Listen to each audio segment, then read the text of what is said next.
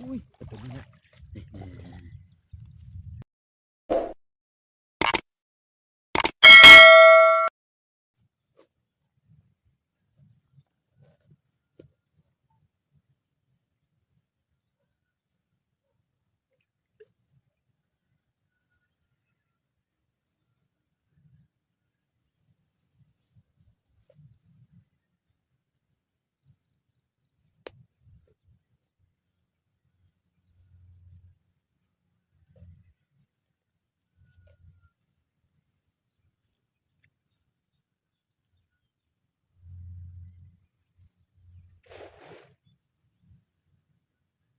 พี่น้องบ่จังควางแหไปบ้านเด้อมื้อนี้ก็เป็นมื้อที่2รอบที่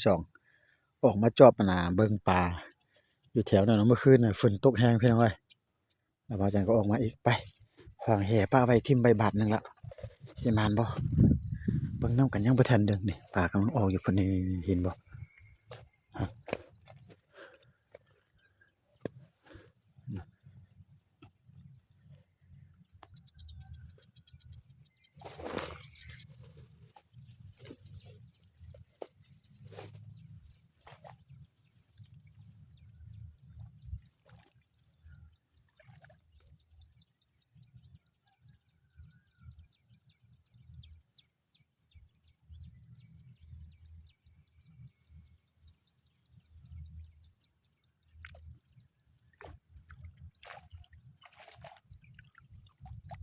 อุ้ยตัวนี้นะ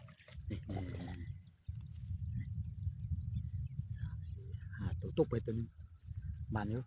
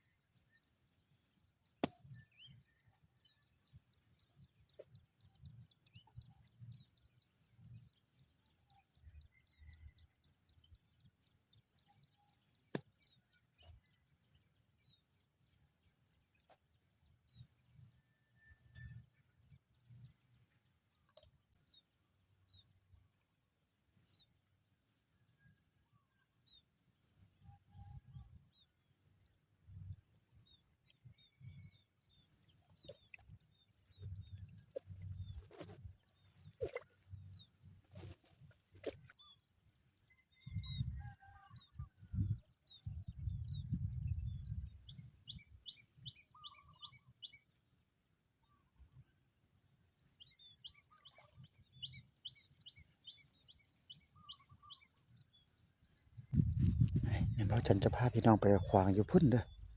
อยู่บ่นั่นๆๆบ่อนนอกบ่อนเมื่อวานเด้อบ้านนึงอีกเด้อมีแต่บ้านเดียวอยู่หั่นไปเบิ่งนำกันว่าจะมีปลามื้อที่2นี่เนี่ยแสดงว่าปลาบ่ออกหลายพี่น้อย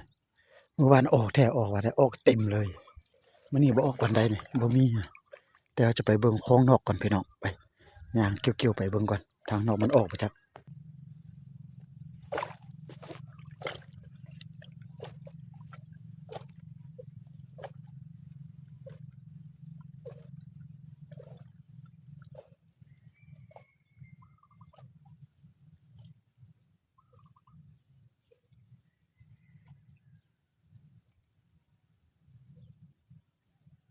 วันทางเข้าออกนี่เขาใช้กรงเด้พี่น้องนี่กรง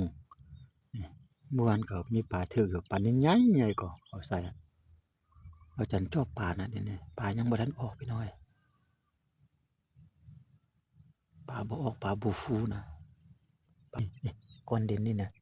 จะเอาก้อนดินนี่โยนใส่อยู่วันนี้แล้วก็จะขวางใส่เด้อพี่น้องจักเป็นได้บ่